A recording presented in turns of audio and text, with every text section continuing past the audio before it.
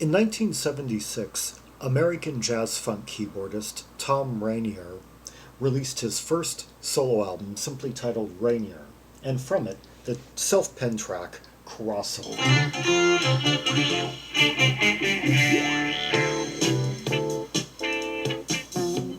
Okay, already we're getting the works of like mid 70s sound effects. We got some wah wah and some electric piano, the Fender tone. Yeah, you hear that little scratching, really thin clipped guitar sound.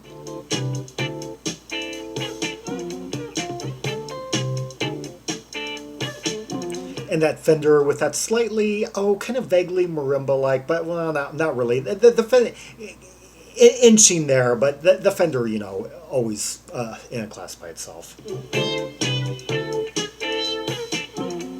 Oh, I love that sound, that like pinch squealing, like, well, it's a Moog.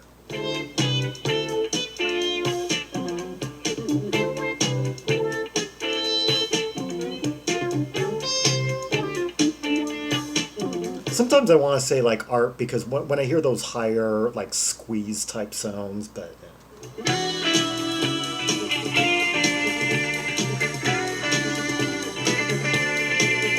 oh, that change into open cadence, that downburst type feel.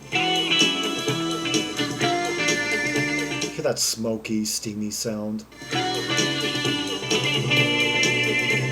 Yeah, kind of a luminous type synth tone just rising up.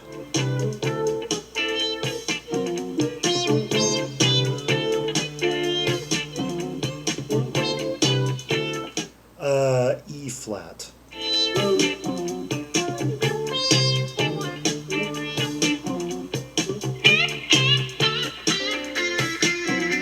I love the way that vaguely fuzzy guitar tone is just like piercing in right there, taking over from that bass line.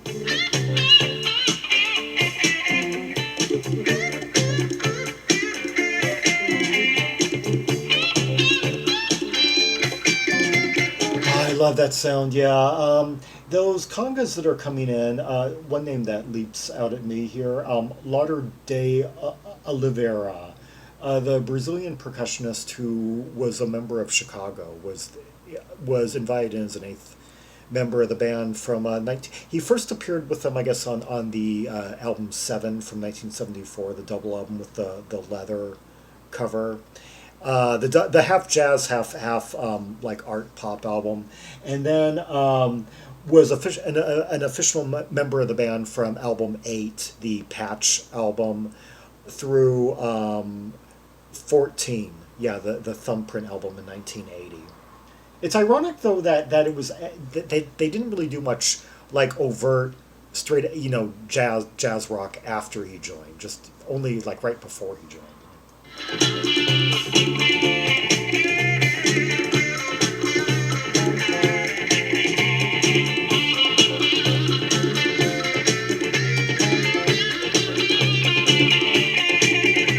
Oh, hear that tone. Hear the way it's like slightly, kind of vaguely, slowly enveloping, like like that.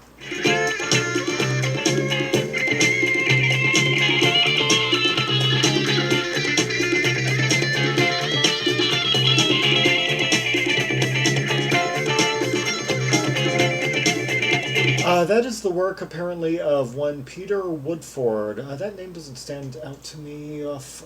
Let's see. For 19 years, Peter played guitar with the Doc Severance and NBC Tonight Show band on Johnny Carson's The Tonight Show. So, well, everyone knows him then, including me. I just not really consciously, I guess. This his credits seem to have he had been playing professionally since 1969. According to Discogs, his instrument performance credits go back to 1973, a Doc Severinsen album, and then there were just like a clutch of a few like jazz funk rock albums he played on in the mid 70s. This being his third credit on Discogs. Let's see, before that one with Herb Alpert and the TJB. Let's see. Right after this, Danny O'Keefe's American Roulette from '77. Yeah, good album. And then Delilah, Dancing in the Fire. Oh, Donna Summer's live album, Live and More. And Louis Belson and Explosion, Note Smoking, yeah, a couple of titles, and then just seems to go right into the fold of Doc Severinsen, and that's it. Wow, great. I don't know. I mean that was a real gig and definitely a prolific one, being on TV every night. But I think looking at that list of credits, I really think he was underrepresented in this vein. I wish because I don't imagine much of this was heard on, behind Doc Severinsen.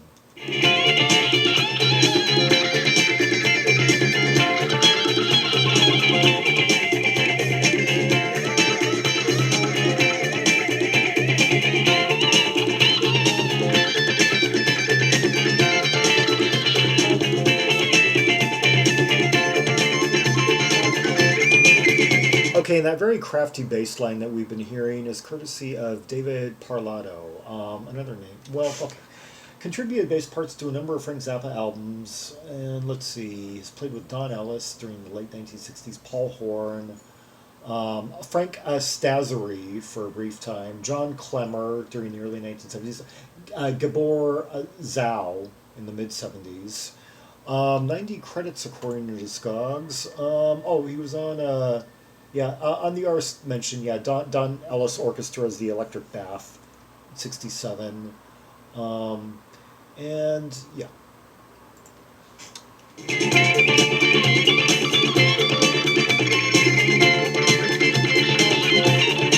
Oh, the same year as this album, he was on Zoot Allures. Yeah, Zappa's album from that year.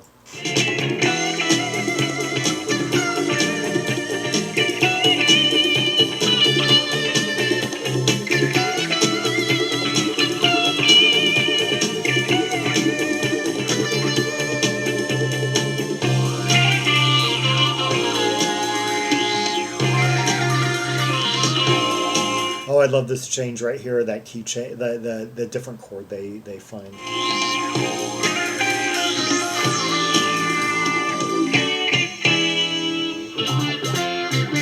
That juxtaposition between the really trebly, fizzy sounds and the steamy. Oh, that wheezy keyboard.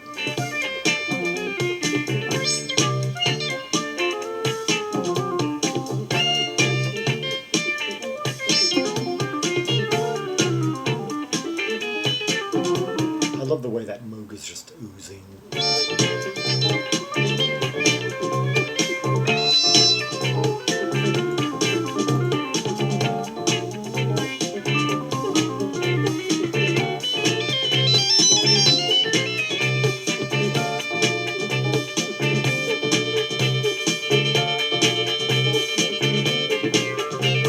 Well, I like the way that kind of shivery kind of feel that was creeping in there. Yeah, the drum figure is by Bart Hall, who had played with the Paul Horn Quintet during much of the decade, and also appeared on albums by Jimmy Spheris.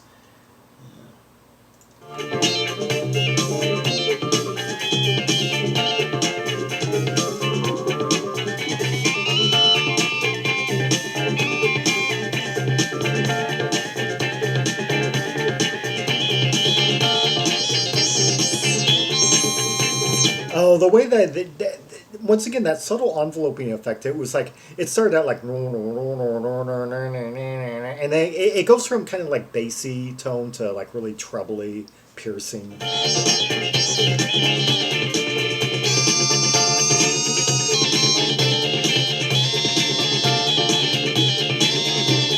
way it almost starts to echo.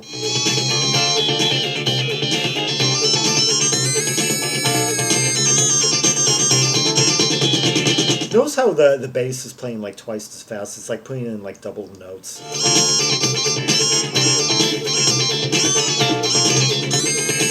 Oh, I love the kind of pitch bend of that sound.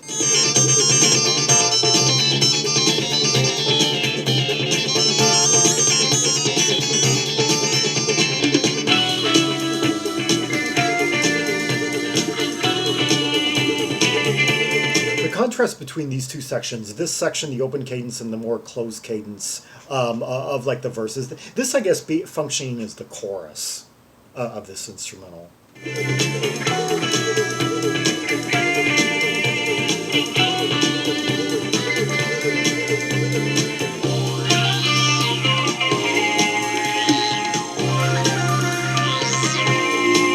Actually, maybe this functioning as the chorus. That section just right before this being the bridge.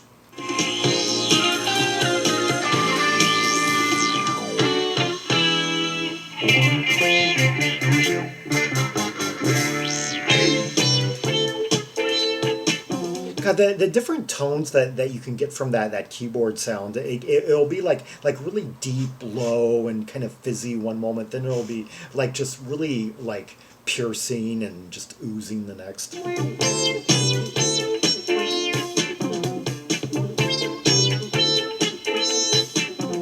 Almost like foaming one moment and then kind of like more like a geyser the next.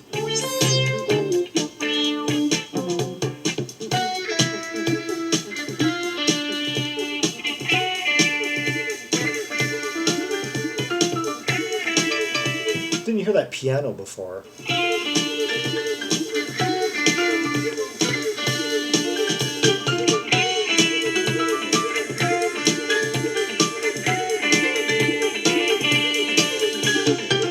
Now that's some quite a bit of interaction there, and yeah, our main guy here is handling well, keyboard, synthesizer. That's pretty vague, and then he's also given some other credits, some woodwinds that I didn't really hear on this particular track.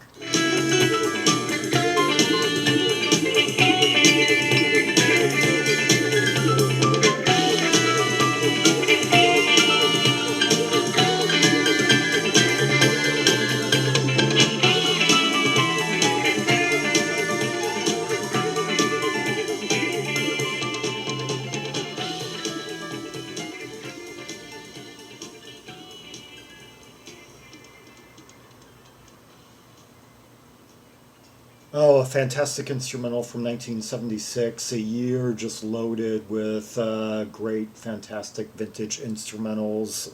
Yeah, more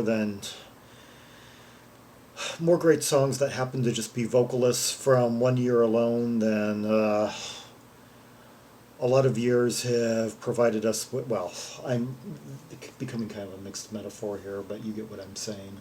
It was the global pinnacle of instrumental jazz rock, jazz funk crossover, and like skilled, talented musicians just from all corners of the world were making their entries into this area of music.